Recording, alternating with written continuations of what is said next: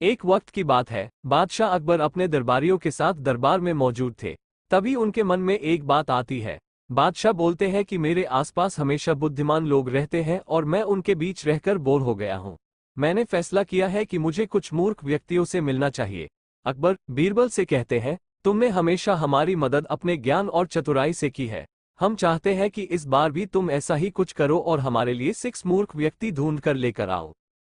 बीरबल, जी जहांपनाह, मैं आपके लिए 6 मूर्ख व्यक्ति जरूर ढूंढ कर लाऊंगा। अकबर, हम आपको 6 मूर्ख व्यक्ति ढूंढने के लिए 30 दिन का समय देते हैं।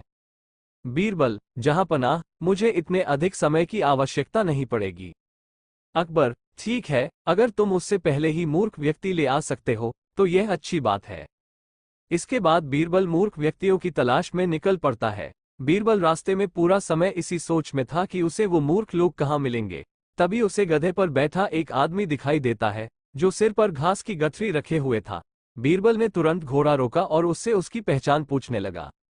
बीरबल, कौन हो तुम और ऐसे गधे पर बैठकर और घास अपने सिर पर लेकर क्यों जा रहे हो? व्यक्ति, मैं रामू हूं और मेरा गधा कमजोर व थका हुआ है, इसलिए गधे का बोझ कम करने के लिए मैंने घास की गठरी अपने सिर पर रखी है। ये सुनकर बीरबल सोचता है कि मुझे पहला मूर्ख व्यक्ति मिल गया। फिर बीरबल उससे कहता है कि तुम जानवरों के बारे में इतना सोचते हो, इसलिए मैं तुम्हें बादशाह अकबर से इनाम दिलवाऊंगा। ये कहकर बीरबल उस व्यक्ति को अपने साथ चलने के लिए कहता है। इनाम की बात सुनकर रामू बीरबल के साथ हो लेता है। बीरबल और रामू कुछ दूर चले ही थे कि बीरबल को 2 व्यक्ति आपस में लड़ाई करते हुए दिखाई दिए। बीरबल उन दोनों व्यक्तियों को लड़ने से रोकता है और उनसे पूछता है कि तुम दोनों कौन हो और किस बात के लिए लड़ रहे हो? पहला व्यक्ति, जनाब मेरा नाम चंगू है। दूसरा व्यक्ति, और मेरा मनगू है। मनगू, जनाब मुझे चंगू कहता है कि इसके पास शेर है जिसे वो मेरी गाय के शिकार के लिए छोड़ेगा। चंगू, हाँ मैं ऐसा ही करूंगा और मुझे बहुत मजा भी आने वाला है। बीरबल, कहाँ है तुम लोगों की गाय और शेर? मनगू, जनाब जब भगवान हमें वरदान देने आएंगे तो मैं उनसे गाय मांगूंगा और चंगू शेर मांगेगा, जिसे यह मेरी गाय पर छोड़ने की बात कर रहा है। बीरबल, अच्छा ये बात है। उनकी बातें सुनकर बीरबल समझ गया कि उन्हें 2 और मूर्ख व्यक्ति मिल गए हैं। बीरबल इनाम की बात कहकर उन्हें भी अपने साथ ले लेता है। उन तीनों को लेकर बीरबल अपने घर पहुंचता है और फिर सोचने लगता है कि बाकी के मूर्ख व्यक्ति कहां से ढूंढ कर लाऊं। बीरबल उन तीनों मूर्खों को अपने घर में ही रहने के लिए कहकर बाहर चला जाता है। जब बीरबल और मूर्ख लोगों को ढूंढने के लिए बाहर आता है तो उसे एक व्यक्ति दिखाई देता है जो कुछ ढूंढता रहता है। बीरबल उसके पास जाकर पूछता है कि आप क्या ढूंढ रहे हैं? व्यक्ति, जनाब मेरी अंगूठी कहीं गिर गई है जिसे मैं काफी समय से खोज रहा हूं, लेकिन मुझे नहीं मिल रही है। बीरबल, क्या आपको पता है कि अंगूठी कहाँ गिरी थी?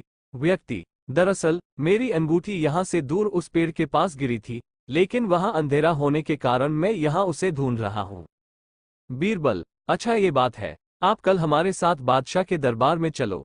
मैं बादशाह अकबर से आपको दूसरी अंगूठी देने के लिए कहूंगा। व्यक्ति, अच्छा ठीक है। फिर खुश होकर अगले दिन सुबह बीरबल दरबार में उन चारों मूर्खों को लेकर पहुंचता है।